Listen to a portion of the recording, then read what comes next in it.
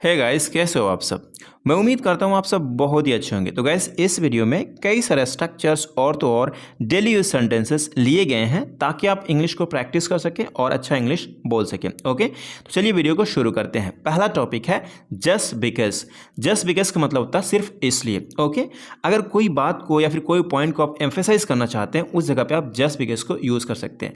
कहीं ना कहीं आप ऐसा बोलते होंगे हिंदी में, जैसे सिर्फ इसलिए कि तुम मेरा भाई हो, इसका ये मतलब नहीं कि मैं आपको माफ़ कर दूंगा। यानी कोई गलती किया है और माफ़ी का लायक नहीं है तो आप वहाँ पे एम्फेसाइज कर रहे हैं। यानी आपका भाई ये एक्सपेक्ट कर रहा है कि भैया माफ़ कर देंगे, लेकिन आप कह रहे हो सिर्फ इसलिए कि तुम मेरा भाई हो, इसका ये मतलब नहीं कि मैं तुम्हें माफ़ कर दूंगा, मैं तुम्हें छोड़ दूंगा।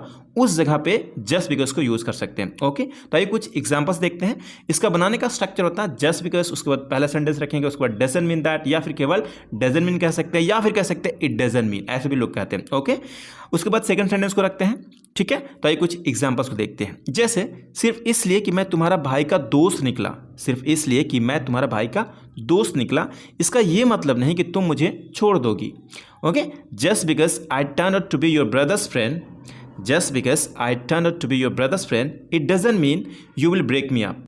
अगला सेंटेंस है सिर्फ इसलिए कि मैं तुम्हें इस बार साथ नहीं दिया, इसका यह मतलब नहीं कि मैं तुझे कभी भी साथ नहीं दूंगा। Just because I didn't support you this time doesn't mean that, चाहे तो लगा सकते हैं, doesn't mean I won't support you ever, I won't support you ever. Okay, just because उसके बाद पहला सेंटेंस रखते हैं, उसके बाद डजंट मीन, उसके बाद सेकेंड सेंटेंस को रखते हैं। Okay, simple. सिर्फ इसलिए कि तुम मेरा दोस्त हो, इसका यह मतलब नहीं कि जो तुम चाहो वह करो और मैं कुछ ना बोलूं। Just because you are my friend, सिर्फ इसलिए कि तुम मेरा दोस्त हो, डजंट मीन, इसका यह मतलब नहीं यू कैन डू, तुम कर सकते हो जो कुछ तुम चाहो, whatever you want, and I don't say anything, और मैं कुछ ना कहूं। सिर्फ इसलिए कि उसने तुम्हें गाली दिया, इसका यह मतलब नहीं कि तुम उसे जान से मरवा दोगे। Just because he abused you doesn't mean that you will get him killed, you will get him killed. सिर्फ इसलिए कि मैंने आपको थप्पड़ मारा था, इसका यह मतलब नहीं कि मुझे तुमसे प्यार नहीं है। Just because I slapped you doesn't mean that I don't love you, just because I slapped you doesn't mean that I don't love you. अगला टॉपिक है on the basis of. On the basis of का मतलब होता है के आधार पर। Okay, के आधार पर, उस जगह पे आप ऑन द बेसिस ऑफ को यूज करेंगे। इसका बनाने का स्ट्रक्चर होता है ऑन द बेसिस ऑफ, उसके बाद अगर कोई भी जीरंड होगा तो रखेंगे, या कोई नॉन होगा तो नॉन रखेंगे, या फिर कोई सिंपली ऑब्जेक्ट होगा तो उसे ऑब्जेक्ट भी रख सकते हैं। उसके बाद सेंटेंस को कंप्लीट करेंगे। जैसे वह आपको बता रहा था अपने एक्सपीरियंस के आधार पर, he was telling you on the basis of his experience, he was telling you on the basis of his experience.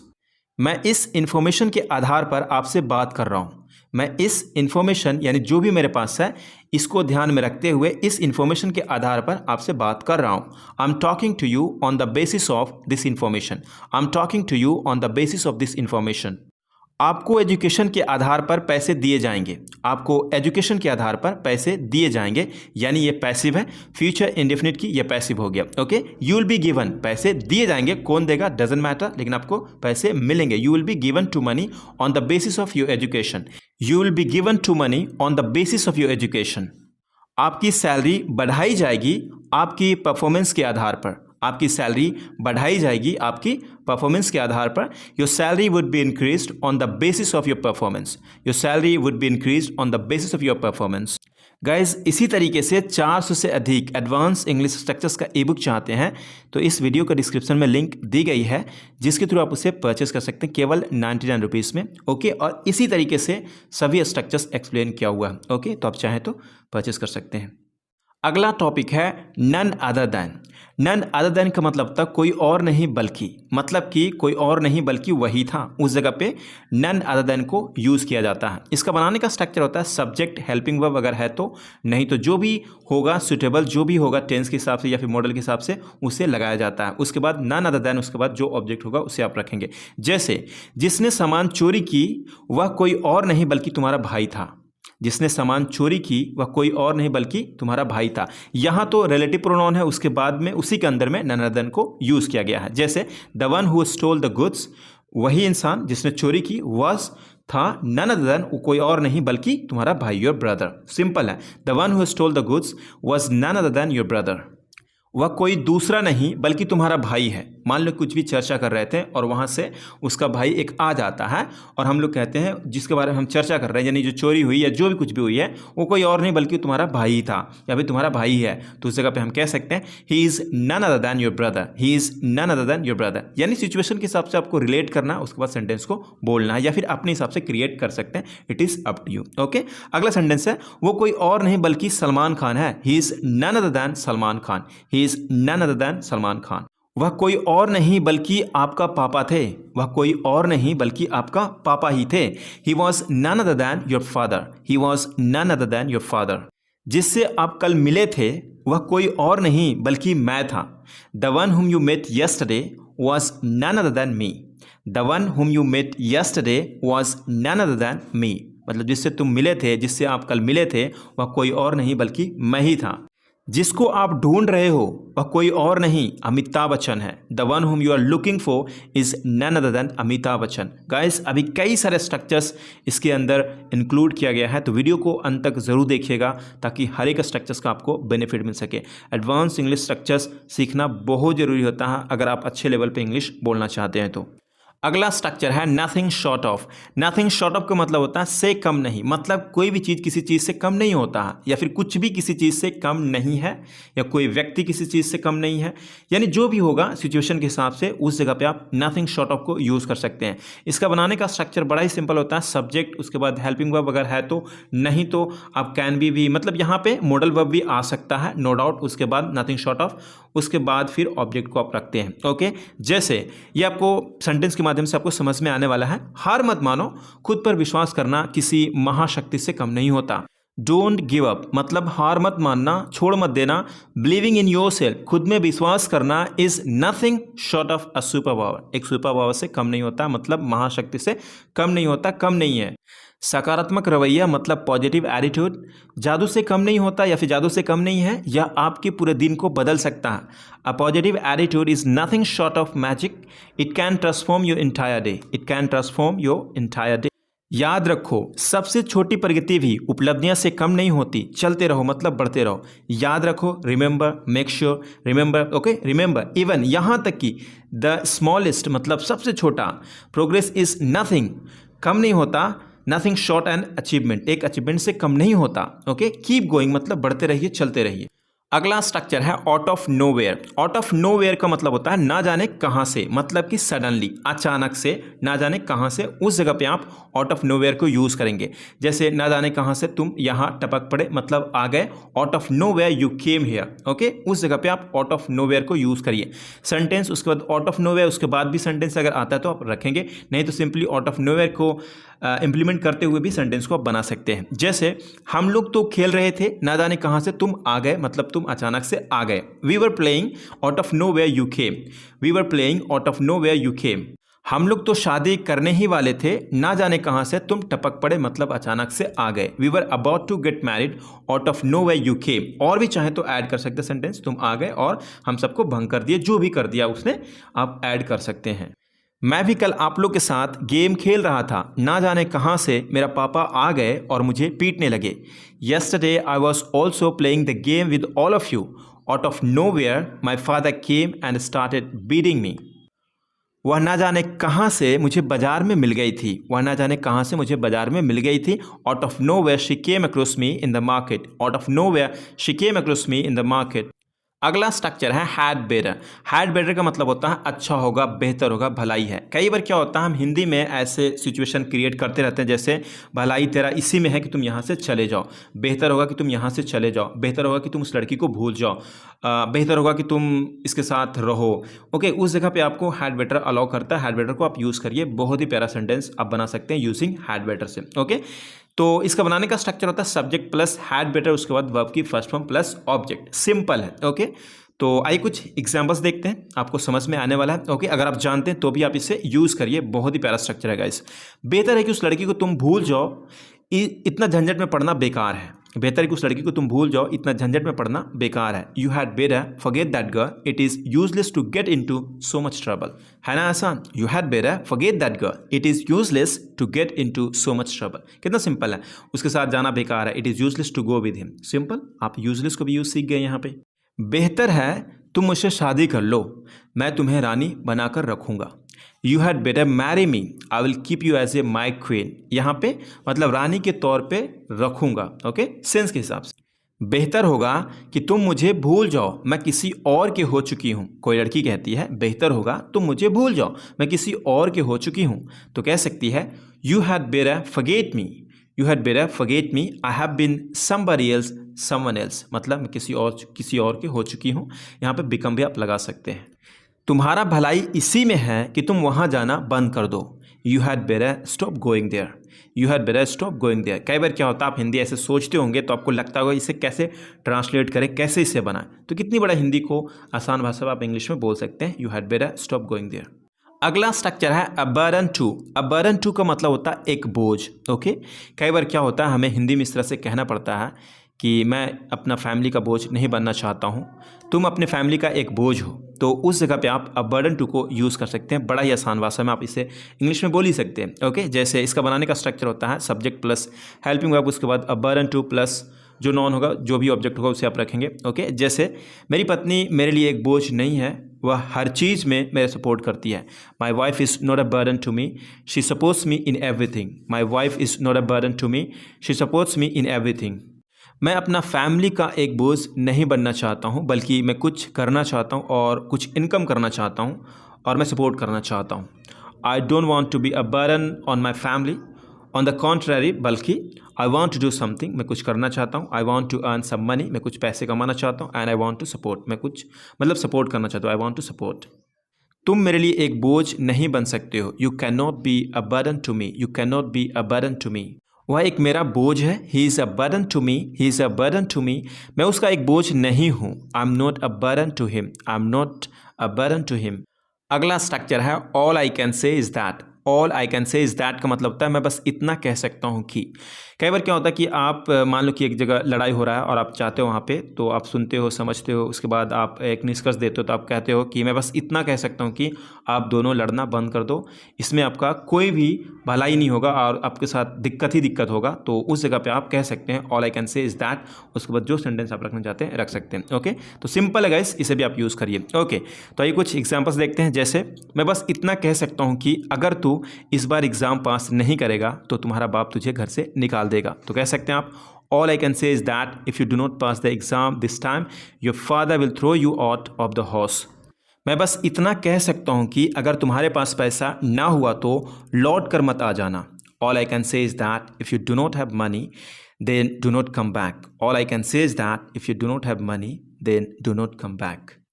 मैं बस इतना कह सकता हूँ कि जब तक तुम अपने बारे में खुद ही नहीं सोचोगे तब तक तुम्हारे बारे में कोई नहीं सोचेगा। All I can say is that until and unless you think about yourself, no one will think about you. All I can say is that until and unless you think about yourself, no one will think about you. मैं बस इतना कह सकता हूँ कि आज के ज़माने में तुम्हें कोई पैसा नहीं देगा जब तक तुम काम नहीं करोगे। All I can say is that in today's times, no one will give you money unless you work. All I can say is that in today's times, मतलब आज के ज़माने में, आज के समय में, no one will give you money, कोई तुम्हें पैसा नहीं देगा unless you work, अगर तुम काम नहीं करोगे या फिर जब तक तुम काम नहीं करोगे। अगला स्ट्रक्चर है all I know is that. All I know is that मतलब मैं बस इतना जानता हूँ कि। कुछ भी आप कहना चाहते हैं, आप सिंपली कहते हैं कि मैं इतना झंझट में नहीं पड़ना चाहता, मैं बस इतना जानता हूँ कि तुम मेरी वाइफ हो, मैं बस इतना जानता हूँ कि तुम वहाँ जाने वाली हो, बाकी मैं कुछ नहीं सुनना चाहता। तो उस जगह पे आप all I know is that को यूज़ करिए। किसने मना किया, ओके, इसे आप यूज़ करिए। तो इसका बनाने का स्ट्रक्चर बड़ा ही सिंपल है, all I know is that, उसके बाद सेंटेंस को आप रखते हैं, ओके। तो आइए कुछ एग्जाम्पल्स को देखते हैं। मैं बस इतना जानता हूँ कि तुम मेरी वाइफ बनने वाली हो, इसके अलावा और कुछ नहीं जानना चाहता। मतलब मैं और कुछ नहीं जानना चाहता तो मैं कह सकता हूँ all I know is that you are going to be my wife. Apart from this, इसके अलावा, I don't want to know anything else, मतलब और कुछ नहीं जानना चाहता हूँ। एनीथिंग एल्स मतलब और कुछ, ओके। अपार्ट फ्रॉम दिस, इसके अलावा। मैं बस इतना जानता हूँ कि अगर मैं किसी से भी अच्छे से बात करता हूँ तो वह भी मुझसे अच्छे से बात करेगा, मतलब वो भी मुझसे अच्छे से ही बात करेगा। तो मैं कह सकता हूँ all I know is that, मैं बस इतना जानता हूँ कि if I talk nicely to anyone, अगर मैं किसी से भी अच्छे से बात करता हूँ, ही विल ऑल्सो, वह भी मुझे अच्छे से बात करेगा, he will also talk nicely to me. मैं बस इतना जानता हूँ कि तू मेरा भाई का बेटा है। All I know is that you are my brother's son. All I know is that you are my brother's son. मैं बस इतना जानता हूँ कि तुम अगले महीने दुबई जाने वाले हो। All I know is that you are going to Dubai next month. मतलब जा रहे हो, जाने वाले हो उस सेंस में भी, यानी फ्यूचर का इवेंट होता है तो गोइंग टू से भी बताया जाता है, नो डाउट। ओके, वह बस इतना जानती है कि तुमने उसे धोखा दिया है। All she knows is that you have just cheated on her. Cheat के साथ ऑन लगता ही लगता है। Okay, you have just cheated on her. अगला स्ट्रक्चर है बॉर्न टू। बॉर्न टू का मतलब होता है होना ही, मतलब कि कोई भी सिचुएशन होना ही होना है, वो एकदम बाध्य है, होना ही होना, एकदम कंपल्शन ही कंपल्शन है, तो उस जगह पे आप बॉर्न टू को यूज़ करना है। जैसे कि तुम्हें मरना ही मरना है, मुझे मरना ही मरना है, इसे कोई नहीं कह सकता कि आप नहीं मरोगे, बिल्कुल मरना है, सभी को मरना है, राइट। तो हम कह सकते हैं everyone is born to die. Everyone is born to die, मरना तय है, फर्क नहीं पड़ता कि तुम कहाँ रहते हो। Everyone is born to die, it doesn't matter where you live. It doesn't matter where you live, कहाँ रहते हो, वेयर यू लिव, या फिर तुम कहाँ हो तो आप कह सकते हो where you are, where you are, simple. मुझे अगले महीना 2 तारीख को जाना बिल्कुल तय है। I am born to go on the 2nd of next month. Go on the 2nd of next month. मुझे भी इंग्लिश सीखना ही है, चाहे कुछ भी हो जाए। I am born to learn English no matter what happens. मुझे उस फ़ोन के बिना काम नहीं चलेगा, मुझे लेना ही है। I can't make do without that phone, I have to take it, मतलब I have to buy it कह सकते हैं। अगला स्ट्रक्चर है despite my refusal. Despite my refusal का मतलब होता है मेरा मना करने के बावजूद। उसके बाद जो सेंटेंस आप रखना चाहते हैं रख सकते हैं। ओके, माई की जगह भी आप चेंज कर सकते हैं, नो डाउट। ओके, मेरा मना करने के बावजूद तुम उससे क्यों बात करती हो। Despite my refusal, why do you talk to him, why do you talk to him. मेरा मना करने के बावजूद तुम उससे बात करते रहे। Despite my refusal you kept talking to him, you kept talking to him. मेरा मना करने के बावजूद तुमने वहाँ गया। Despite my refusal you went there. Despite my refusal you went there. अगला टॉपिक है for refusing to. For refusing to का मतलब होता है से मना करने पर, मतलब कि किसी चीज़ से मना करने पर जो भी आउटकम होता है उसे हम दिखाते हैं। ओके, जैसे सीट से हटने के लिए मना करने पर, तो आप इसे बोल सकते हैं इंग्लिश में, आप सिंपल भी बोल सकते हैं when I refuse to move from my seat, मतलब कि जब मैंने रिफ्यूज़ किया, मना कर दिया हटने के लिए, मतलब मूव होना, हटने के लिए अपने सीट से, तो उसने मुझसे बदतमीजी से बात की। She spoke rudely to me, rudely to me. Okay, या फिर इसी को आप फॉर रिफ्यूजिंग टू की मदद से बना सकते हैं। फॉर रिफ्यूजिंग टू, उसके बाद वर्ब की फर्स्ट फॉर्म प्लस ऑब्जेक्ट, जैसे for refusing to move from my seat, यहाँ पे माई होगा ही होगा। Okay, for refusing to move from my seat she spoke rudely to me, she spoke rudely to me. English में बात करने से मना करने पर सर ने मुझे क्लास से निकाल दी। For refusing to speak in English sir got me out of the class, sir got me out of the class. मुझे उस लड़की के प्रपोजल ठुकराने पर मुझे पीटा गया। For refusing to accept that girl's proposal I was beaten. For refusing to accept that girl's proposal I was beaten. अगला structure है इंटरेस्ट विथ या फिर इंटरेस्ट टू। इसे हम कैसे यूज़ करेंगे, इसका मतलब होता है टू गिव अ थिंग और ड्यूटी, मतलब कोई चीज़ या फिर जिम्मेदारी देना किसी को टेक केयर करने के लिए, मतलब ख्याल रखने के लिए, तो उस जगह पे हम इंटरेस्ट टू या फिर इंटरेस्ट विथ को यूज़ करेंगे। थोड़ा सा चेंज है, उसे देख लेंगे। ओके गाइस, इसका बनाने का स्ट्रक्चर होता है सब्जेक्ट, हेल्पिंग वर्ब, उसके बाद इंटरेस्ट रखेंगे। इंटरेस्ट एक वर्ब है यहाँ पे। ओके, अगर हेल्पिंग वर्ब है तो लगाएंगे, नहीं है तो कोई बात नहीं। इंटरेस्ट अपने आप में भी एक मेन वर्ब है। ओके, उसके बाद हिम, हर, मी, देम, अस, जो भी होगा रखेंगे। उसके बाद विद प्लस ऑब्जेक्ट। अगर आप इसी ऑब्जेक्ट को पहले वाले को बाद में करते हैं तो आपको टू रखना पड़ता है, वो आपको आगे हम डिफ्रेंशिएट करके आपको बता देंगे। ओके, जैसे आइए कुछ एग्जांपल्स देखते हैं। मैं अपने फ़ोन की जिम्मेदारी आपको देता हूँ, मैं अपने फ़ोन की जिम्मेदारी आपको देता हूँ। I interest you with my phone, I interest you with my phone, मतलब आई इंटरेस्ट मैं आपको देता हूँ, क्या देता हूँ, विद माई फ़ोन, फ़ोन की जिम्मेदारी। कहते हैं कई बार कि कुछ दिक्कत होता है, हे गॉड, सो हर चीज़ आप पे छोड़ देता हूँ। अब आई इंटरेस्ट यू विद एवरीथिंग, मतलब हर चीज़ आप पे छोड़ देता हूँ। तो उस जगह पे कमाल का ये सेंटेंस बना सकते हैं आप, और बहुत ही अच्छा स्ट्रक्चर है, बहुत लोग यूज़ करते हैं, तो आप भी इसे यूज़ करिए। ओके, अगला सेंटेंस है उसने अपना सेविंग मुझे जिम्मेदारी दिया था। He interested me with his savings, मतलब उसने मुझे जिम्मेदारी दिया किस चीज़ की, अपना सेविंग के साथ। Okay, he interested me with his savings. मैं अपना बच्चे को आपको जिम्मेदारी नहीं देता हूँ। I don't interest you with my child, I don't interest you with my child. अगला है यहाँ पे डिफ्रेंशिएट करके आपको दिखा देता हूँ। ओके, जैसे आप देख सकते हैं यहाँ पे टू आप रखते हैं तो पहले इंटरेस्ट, उसके बाद जो ऑब्जेक्ट है उसे रखेंगे, उसके बाद टू, फिर हिम हर किसे आप देते हैं वो दिखाते हैं। ओके, जैसे मैं अपना बच्चे को आपको जिम्मेदारी नहीं देता हूँ तो कह सकते हैं I don't interest you with my child, या फिर आप कह सकते हैं I don't interest my child to you. Okay, यही छोटा सा डिफरेंस है, ये आपको याद रखना होगा। आप एक नया फ़ोन का मुझे जिम्मेदारी दोगे, आप एक नया फ़ोन का मुझे जिम्मेदारी दोगे। You will interest me with a new phone, या फिर कह सकते हैं you will interest a new phone to me. Okay, simple guys. I hope you got it everything guys. मिलते हैं अगली वीडियो में, तब तक के लिए अपना ख्याल रखिए। और हाँ, इसी तरीके से जो भी मैं आपको स्ट्रक्चर्स पढ़ाया हूँ, इसी तरीके से आप चाहते हैं 400 से अधिक केवल एडवांस इंग्लिश स्ट्रक्चर्स एक ही साथ एक ही ई बुक में, तो आपको मिल जाएगा। उसके लिए आपको डिस्क्रिप्शन में एक लिंक दी गई है जिसके थ्रू आप उससे डाउनलोड कर सकते हैं केवल 99 रुपीज़ में। ओके, सिंपल है, आप डाउनलोड कर लीजिए, आपको ईमेल पे भी मिल जाता, नहीं तो उसमें नंबर एक है, उससे मुझे आप डायरेक्ट कांटेक्ट कर सकते हैं थ्रू व्हाट्सएप। मैं आपको रिस्पॉन्स जरूर करूंगा। Have a good day guys, thank you so much.